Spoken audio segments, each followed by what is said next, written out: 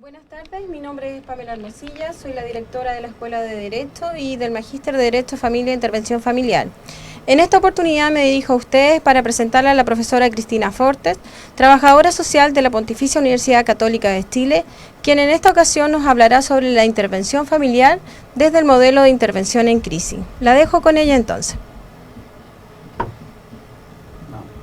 Hola, buenas tardes a todas y todos que estén escuchando en línea y para los que escuchen con posterioridad también. Para mí es un agrado estar aquí, acepté gustosa esta invitación de la Escuela de Derecho. Yo soy docente de la Escuela de Trabajo Social de UNIAC, que imparte la carrera de Trabajo Social en modalidad semipresencial. Bueno, en esta oportunidad el tema que nos congrega es la intervención familiar centrada en el modelo de intervención en crisis. En esta primera lámina hay una explicación más bien de definiciones generalísticas que existen respecto de los tres componentes, ¿no?, que integran esta presentación. Una de ellas es la familia. Sabemos que la familia ha sufrido o a través del tiempo ha tenido definiciones distintas en relación a quiénes son los componentes del grupo familiar, pero desde una forma mucho más genérica, ¿no? La familia es un conjunto de personas ascendientes, descendientes, y otros además que están relacionados ya sea por algún tipo de parentesco o de sangre o bien por una relación de tipo legal, ¿no? Y el dibujo que acompaña la definición de familia trata de ser también una definición bastante amplia de familia, ¿no? Más bien también podríamos pensar desde una noción de familia ampliada y no necesariamente de una familia nuclear de convivencia como la conocemos desde mi profesión. En relación a la crisis, vamos a ver en láminas siguientes, ¿no es cierto?, algunas otras definiciones de crisis, pero desde la definición más conocida que uno puede encontrar en el diccionario, en Wikipedia y otro. Esta es una palabra derivada de una palabra griega que es crisis y que significa decisión o punto de inflexión, ¿no? Lo que está diciendo es que en una crisis hay una ocurrencia de un hecho que provoca un cambio, que provoca una alteración a algún tipo de situación que hasta ese momento tenía una estabilidad, ¿no?, que lo vamos a revisar, como dije, en otras láminas. Y la intervención, que se puede entender como una acción programada, y en este caso programada y justificada desde un marco teórico. Vamos a ver modelos teóricos en realidad, que se realizan a una persona, en este caso a varias personas que conforman una familia, con el fin de mejorar una situación o un problema que está asociada justamente a una crisis.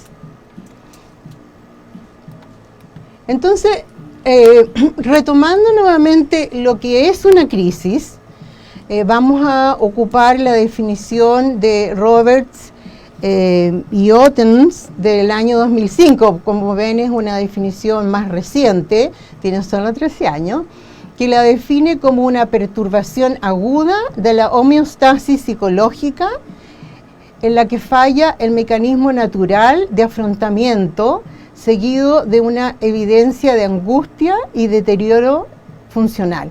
Lo que nos está diciendo acá es que nosotros, en general las personas, tenemos un equilibrio psicoemocional con el que funcionamos, y cuando este falla, y por la calidad o por el tipo de crisis, probablemente nuestras capacidades de afrontamiento, nuestros recursos de enfrentar o de afrontar esa situación específica no son suficientes. Vamos a ver más adelante también que hay varios tipos de crisis asociados a la naturaleza de la crisis, ¿ya?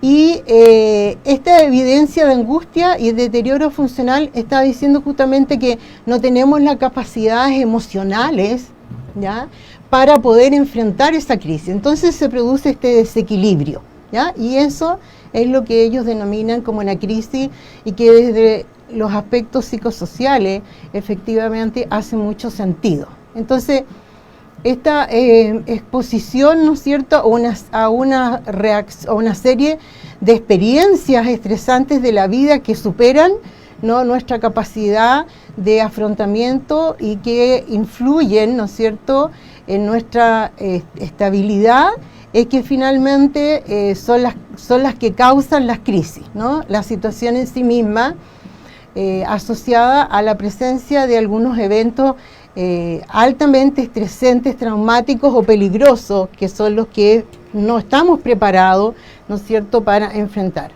Ahora, también se dice que a lo largo de la vida y del desarrollo vital de una persona, uno afronta o enfrenta una serie de cambios, ya, que no necesariamente generan crisis, porque son parte inherente al desarrollo vital del ser humano, ¿no? Bueno, otros autores que también han estudiado la crisis, como Swanson y Carboni, ellos son anteriores a la definición de crisis que leímos antes. Ellos proponen una serie de conceptos básicos que caracterizan una crisis y que han sido aceptados por quienes practican la intervención en crisis. Es decir, esto significa que lo que ellos proponen no es solo de un estudio, sino que de una serie de estudios que confirman la presencia, ¿no es cierto?, de estos conceptos dentro de una crisis. Uno de ellos es que las crisis en general, que ya lo había mencionado, son experiencias normales en la vida y reflejan, dice, una lucha en la que la persona intenta mantener un estado de equilibrio entre sí mismo y el entorno. Entonces, puede ser que estas crisis, ¿no?, sean tengan un menor impacto, porque efectivamente podemos relacionarlas con situaciones anteriores en las cuales hemos desarrollado, por ejemplo, una capacidad de afrontamiento. Por lo tanto, las situaciones que son de mayor impacto son las que provocan, ¿no es cierto?, una situación de crisis que pone en jaque nuestra capacidad, ¿no?, de enfrentarla o de utilizar nuestros recursos para enfrentarla, ¿ya?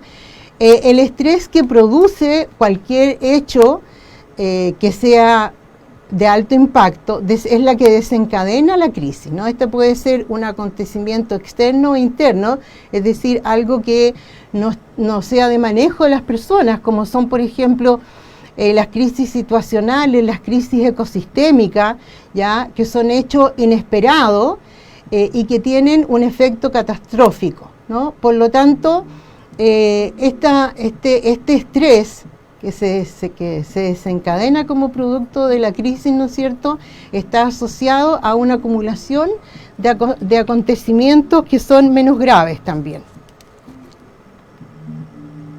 En general, la gravedad de la crisis no se relaciona necesariamente con la gravedad del estresor. Es decir, que frente a una situación X, puede ser que para una persona constituya una crisis o para una familia constituye una crisis y para otra no. Y esto tiene que ver con la percepción que las personas tengan, o el grupo familiar en este caso tenga, de esa vivencia en específico. Alguien que ha vivido una pérdida, por ejemplo, en una familia por fallecimiento, está más preparado también para afrontar una nueva situación semejante, ¿no?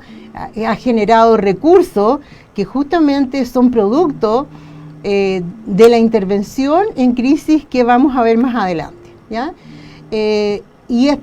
Bueno, ya había mencionado también que en las crisis puede existir un nexo entre la situación actual y conflictos del pasado, y dependiendo de estas también es cómo va a generar más o menos estrés y va a ser más o menos grave la crisis.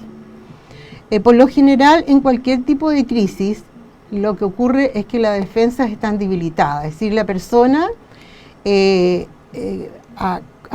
como producto del impacto siente que está más desprovista de recursos, por lo tanto también se dice que las crisis son una oportunidad en términos de poder descubrir y también poder aprender a reconocer recursos y a generar nuevas capacidades de afrontamiento. Por lo tanto, está más receptiva al apoyo y con esfuerzos mínimos, por ejemplo, se puede llegar a resultados máximos o más importantes o relevantes.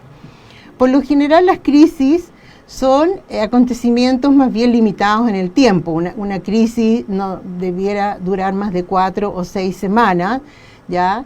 Y por lo general se pueden resolver de manera adaptativa o desadaptativa. Cuando la resolución del conflicto o de la crisis es desadaptativa, es justamente donde la intervención puede prolongarse también en el tiempo.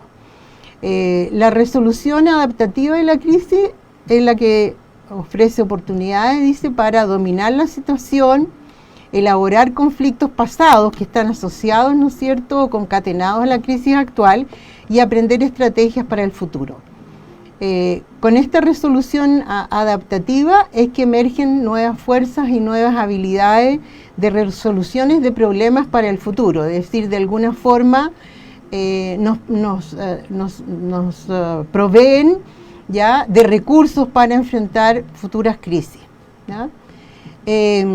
La intervención en crisis es en sí un método de ayuda basado en modelos. Hay una diversidad de modelos que se pueden utilizar dentro del propio modelo de intervención en crisis y que están dirigidos a apoyar a una persona o a una familia para que ésta pueda enfrentar este suceso traumático, de modo que la probabilidad de los efectos negativos, es decir, del daño físico, psicológico, los estigmas emocionales, sociales, se aminoren y se incremente la posibilidad de crecimiento, de nuevas habilidades, de opciones y perspectivas vitales.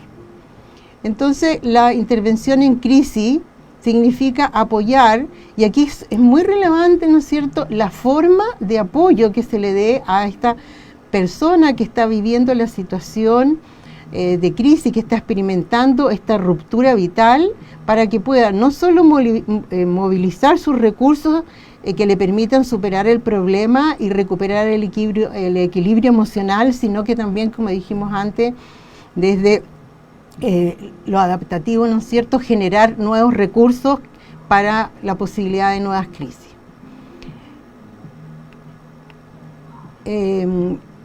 Kaplan, que es un psiquiatra, ¿ya? Que es quien en realidad propone o es el que desarrolla uno de los primeros modelos de intervención en el año 1964, ¿ya? Identifica en este modelo de intervención en crisis 3 etapas, ¿ya? Y estas etapas las identifica, ¿no es cierto?, basada en la opinión de que las personas actúan como sistemas autorreguladores para tratar de mantener este estado interno de equilibrio. ¿Sí? Cuando ocurre una crisis, la persona igualmente va a intentar mantener este equilibrio interno, y la primera fase la denomina como impacto, ¿ya? En general, el impacto está más asociado a la negación, ¿no? Se caracteriza por un estado de incredulidad y de irrealidad, ¿no? Porque la sensación de amenaza hacia el equilibrio que se ha perdido, ¿no es cierto?, es la negación. Es decir, cuando uno dice no puedo entenderlo, no sé cómo ocurrió, esto no me puede estar pasando a mí, esto le puede pasar a otros pero no a mí, ¿no? Y desde allí la reacción, ¿no es cierto?, al impacto está dada justamente por esta negación. La segunda etapa la denomina como retroceso, en términos de que del impacto toma una distancia en la cual intenta recuperar el equilibrio, pero no lo logra, ¿no? Porque la caracterización de la crisis es un estado más bien catastrófico, es decir, de alto impacto. Por lo tanto, a pesar de tratar de mantener el equilibrio con los recursos que tiene y no lo logra, termina agotado física o psicológicamente, derrotado, mostrando signos de estrés y con sentimientos simultáneos de ira y culpa, ¿no?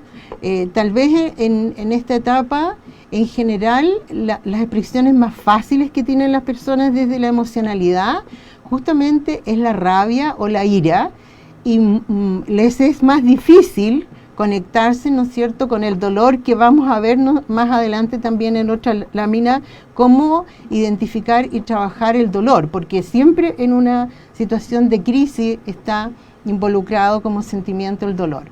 Y por último, esta tercera etapa que identifica en la crisis le llama un ajuste o adaptación, ¿no es cierto?, o ruptura con la crisis, donde el individuo o la persona comienza a moverse hacia un nivel más alto de funcionamiento.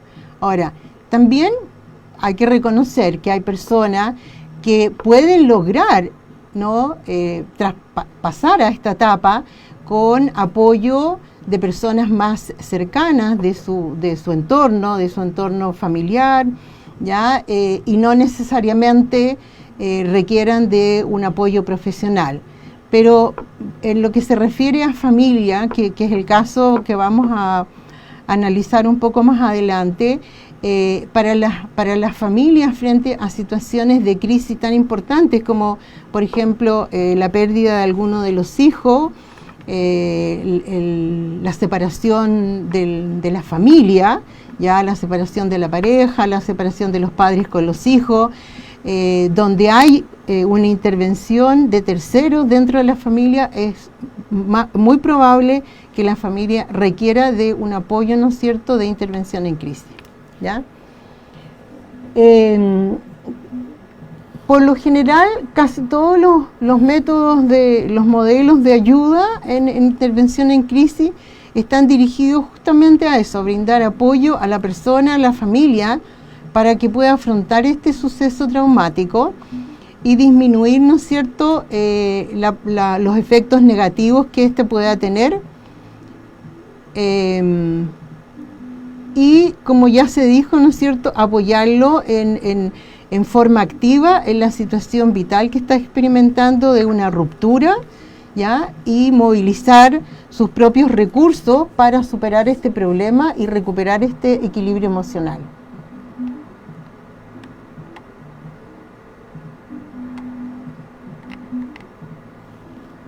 Estoy yendo mal, estoy yendo para atrás, me perdí.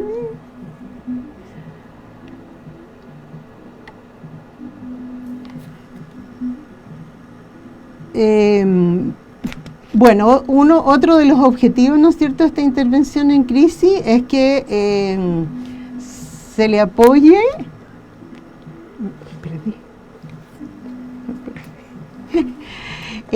Que sea una respuesta rápida y breve. Yo creo que eso es una de las características más importantes de la intervención en crisis, que debe ser inmediata, que se centra en el presente, en el aquí y en el ahora, es decir, lo que le está ocurriendo en ese momento a la persona, a la familia, las características que tiene este suceso, sus capacidades de enfrentamiento y cómo le está afectando, cómo está reaccionando frente a este desequilibrio psicoemocional que está sufriendo, ¿ya?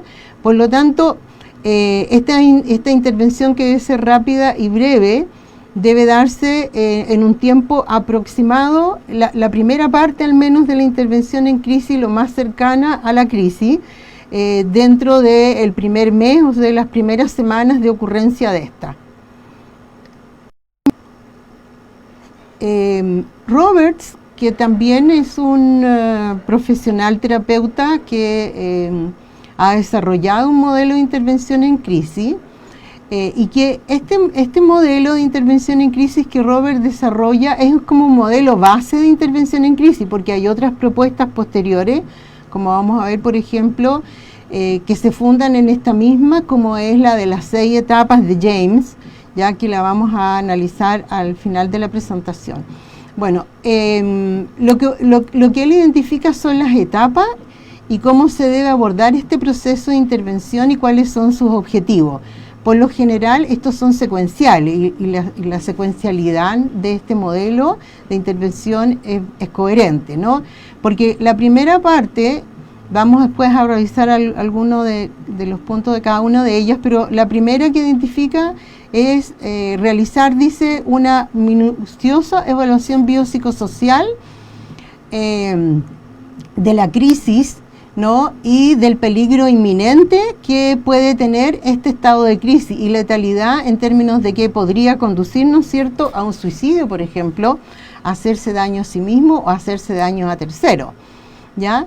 La segunda es que el profesional pueda establecer un buen rapport, una buena conexión, relación con la persona para lograr una relación de colaboración. Esto es fundamental, porque si no se da, ya vamos a ver cuáles son algunas de las características de un buen rapport, ya, para que la persona pueda confiar en el profesional y pueda hablar con honestidad, ¿no es cierto?, de lo que le está ocurriendo.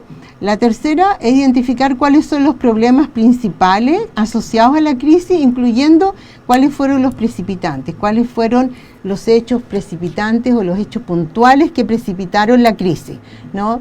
Si pensamos, por ejemplo, en una separación de los niños de su familia porque el cuidado personal se le otorga a tercero, ya el precipitante de la crisis es el momento en que el juez de familia determina, ¿no es cierto?, que ese niño o niña debe ser cuidado por tercero.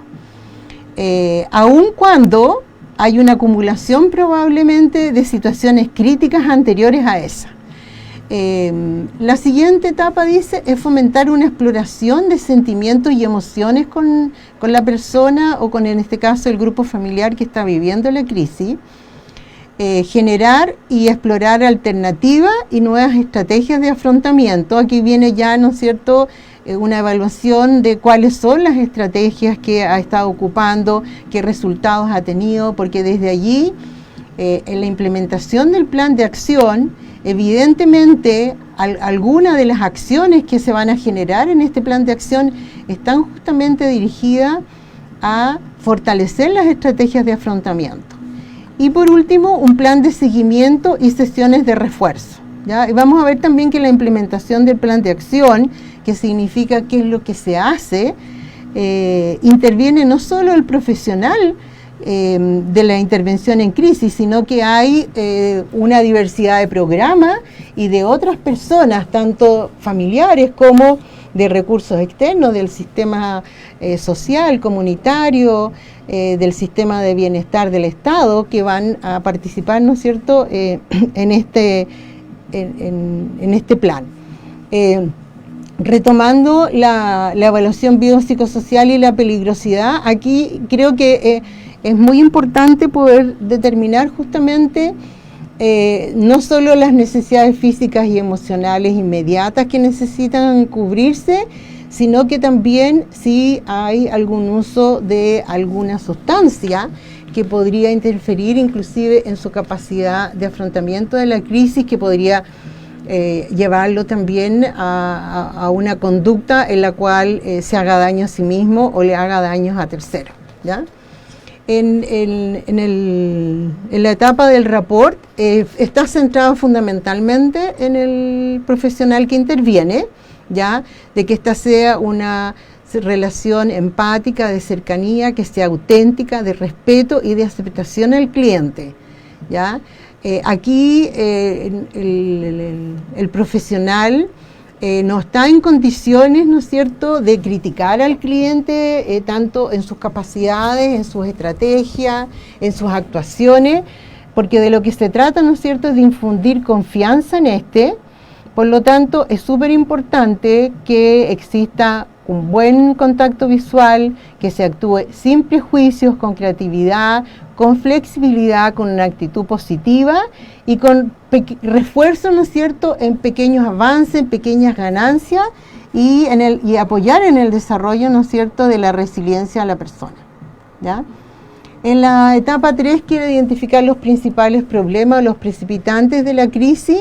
Se centra, como dijimos antes, en los problemas actuales del cliente, que son los que precipitaron la crisis, y también conocer la vida del cliente, que en este caso sería la persona o las personas de la familia, si estamos hablando que estamos interviniendo con el padre, la madre o con la abuela, dependiendo quién sea, la persona que ocupa las responsabilidades, ¿no es cierto?, del cuidado y protección de un niño o niña. ¿Cuáles son las historias en la vida o hechos en la vida del cliente que le han llevado a necesitar ayuda en ese momento? ¿ya? Aquí Robert sugiere no solo indagar sobre los eventos precipitantes, sino también priorizar los problemas para enfocar en cuáles trabajar primero, ¿no? Y desde allí la priorización de problemas está asociado a cómo la persona valida cada uno de sus problemas, cómo los percibe y también cómo le afecta cada uno de sus problemas en su funcionamiento actual, ¿ya?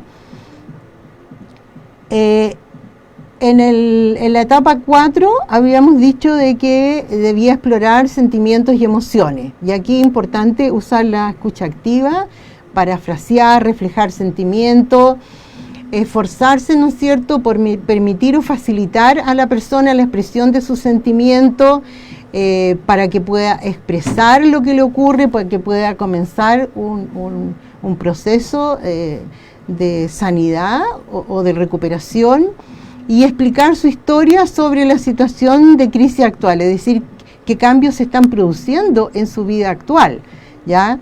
Y cómo le están afectando.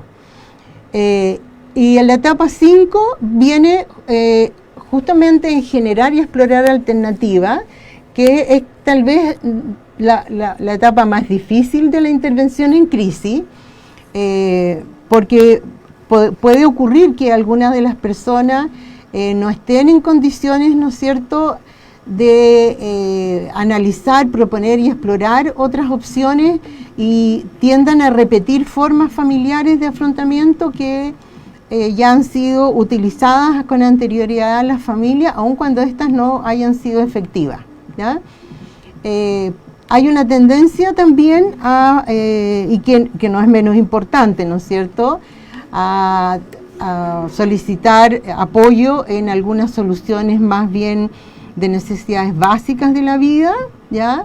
Pero hay que instar a la persona también a buscar nuevas formas de afrontamiento para resolver la crisis, ¿ya?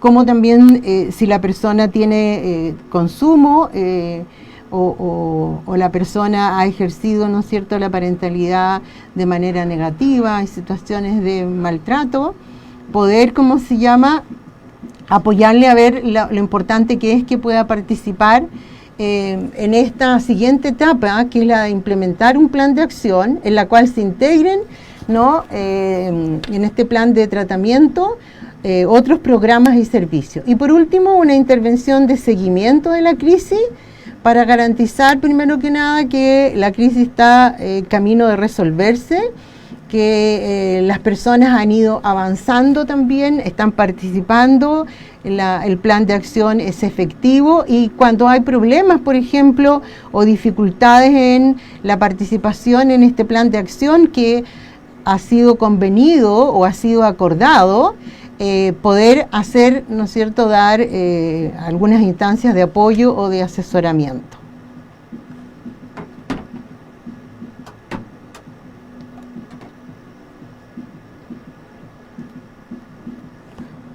Bueno,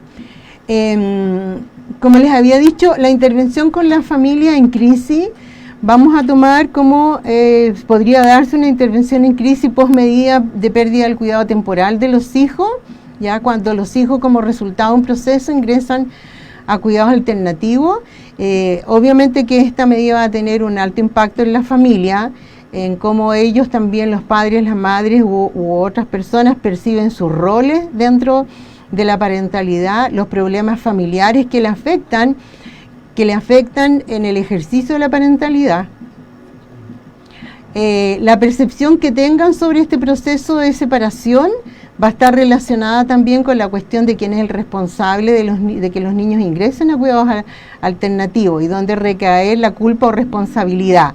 Y aquí podemos encontrar con que hay una tendencia a responsabilizar a terceros, ¿ya? Pero esta también es una oportunidad de que se pueda de alguna forma dirigir la intervención para que las personas tengan capacidad de mirarse también dentro del ejercicio de la parentalidad, que necesitan cambiar, qué hechos han ocurrido, que han significado la intervención, ¿no es cierto?, del sistema judicial en búsqueda de un mejor estado de bienestar de los hijos, ¿ya? en la teoría, a propósito de que habíamos dicho que estaba pendiente de los tipos de crisis, me voy a detener en la crisis existencial fundamentalmente, cuando ocurren conflictos internos y de ansiedad que acompañan los asuntos humanos vitales, como son la responsabilidad, la libertad, el compromiso, la independencia, y la pérdida del cuidado temporal de los hijos corresponde a este tipo de crisis, ¿no? La familia experimenta una crisis de tipo existencial. Los padres pueden cuestionarse a sí mismos al perder a sus hijos en cuidado alternativo debido a acusaciones de abuso y negligencia, falta de cuidado o responsabilidad en el cuidado de esto, y puede haberse amenazado su propósito de vida, como es la de ser padre, madre, o de conformar o ser parte de una familia. ¿Ya? Esta intervención se puede utilizar para abordar una variedad, ¿no es cierto?, de los problemas que están a la base de la pérdida del ejercicio de la parentalidad. Y el manejo exitoso de una crisis ofrece justamente eso, la posibilidad de mejorar el crecimiento de las personas en situaciones amenazantes, abordarse desde un enfoque de la fortaleza, donde el enfoque principal es construir sobre la fuerza de un individuo para adaptarse, crecer, cambiar a partir de la experiencia. Cristina, tenemos una consulta. ¿Ya? La pregunta es, ¿en qué tipo de situaciones se aplica el modelo de intervención en crisis? Si le podía dar un ejemplo. Bueno, es que depende del tipo de crisis. Se puede, las crisis, por ejemplo, situacionales, puede ser la pérdida de un trabajo, es decir, una situación que provoca una alteración, ¿no es cierto?, en el equilibrio de funcionamiento de la persona, como es la pérdida laboral, la pérdida de una persona familiar, ¿ya? También tenemos crisis ecosistémicas que ya no dependen tanto de las personas, sino que dependen, ¿no es cierto?, de la naturaleza y del sistema en el cual está inserta también la persona. Entonces ahí tenemos que son un grupo de personas que se ven afectadas por la crisis. Y las crisis existenciales, yo creo que son las más importantes en términos de la familia, ¿no? Como dije antes, como son las separaciones, la pérdida del cuidado tutelar de los hijos, el divorcio, ¿ya? Ahora, las personas, cuando sienten que no tienen la capacidad de afrontar una situación, ¿ya? Y que esta tiene consecuencia en su funcionamiento individual y en el funcionamiento de la familia, los efectos van a ser vistos por terceros. Si es que la familia no pide la ayuda directamente o la asesoría, el apoyo, los terceros sí lo van a pedir. Por ejemplo, en los casos de violencia intrafamiliar, ¿ya? Los efectos en los hijos pueden verse a través de las personas que interactúan con ellos en el sistema educacional, ¿no? Por lo tanto, va a haber una tensión, entre comillas, de este cuidado comunitario que se ejerce con los niños y niñas, ¿ya? En relación a que es necesario la intervención de un tercero. Entonces puede ser que la familia o la persona la solicite o sea solicitado por tercero, en función del bienestar de un otro.